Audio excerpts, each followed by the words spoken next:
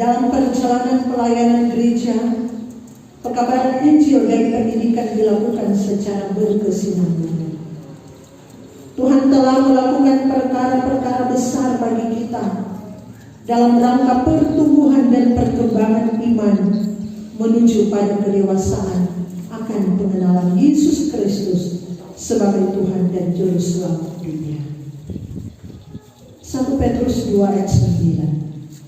Tetapi kamulah bangsa yang terpilih, imaman yang rajani, bangsa yang kudus, umat kepunyaan Allah sendiri, supaya kamu memberitakan perbuatan-perbuatan yang besar dari Dia yang telah memanggil kamu keluar dari kegelapan kepada terangnya yang ajaib.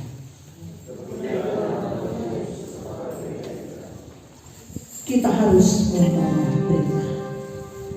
Dikasih Yesus Kristus, baptisan anak-anak dewasa menurut kesaksian Alkitab. Sebab perintah baptisan ditujukan kepada segala bangsa dalam Matius 28 ayat 19 dan 20. Yang dimaksud dengan bangsa bukan hanya orang dewasa tapi juga anak-anak. Baptisan adalah tanda perjanjian antara Allah dengan orang-orang yang dipanggilnya serta keturunannya.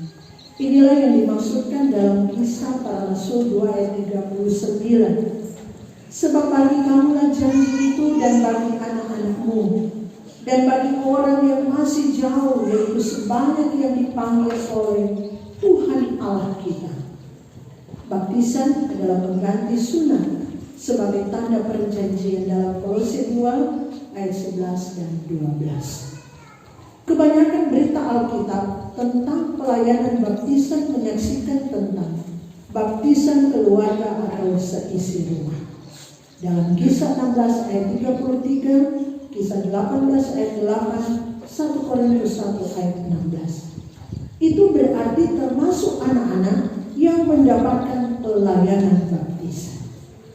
Peristiwa air bah dalam Kejadian 7 di mana Nuh dan seisi rumahnya diselamatkan.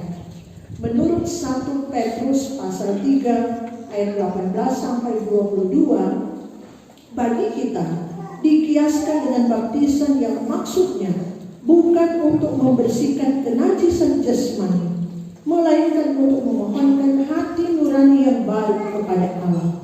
Di dalamnya terkandung makna sebagai kiasan keselamatan berlaku bagi keluarga termasuk anak-anak. Perintah baptisan terutama diberikan supaya dilakukan dalam nama Allah Bapa, Anak dan Roh Kudus. Perhatikan bahwa yang dipersoalkan bukan cara, entah itu curang, perci atau selam, tetapi dalam nama Allah. Dibaptiskan dalam nama Bapa menyatakan dan memeteraikan kepada kita bahwa Allah Bapa mengadakan suatu perjanjian anugerah yang kekal dengan kita dan anak-anak kita, dan mengakui kita dan anak-anak kita sebagai anak-anaknya. Dibaptiskan dalam nama Anak memeteraikan kepada kita bahwa Yesus Kristus menyucikan anak-anak maupun orang dewasa oleh darahnya dari segala dosa, dan memasukkan kita ke dalam persekutuan kematiannya dan kebangkitannya, supaya sama seperti Kristus telah dibangkitkan dari antara orang mati, demikian juga kita memperoleh hidup. Roma 6 ayat 1 sampai 5, Kolose 2 ayat 11 dan 12, Markus 10 ayat 38, Lukas 12 ayat 50. Dan dibaptiskan dalam nama Roh Kudus, memeteraikan kepada kita bahwa Roh Kudus hendak diam di dalam hati kita dan anak-anak kita, agar kita berakar serta berdasar pada kasih.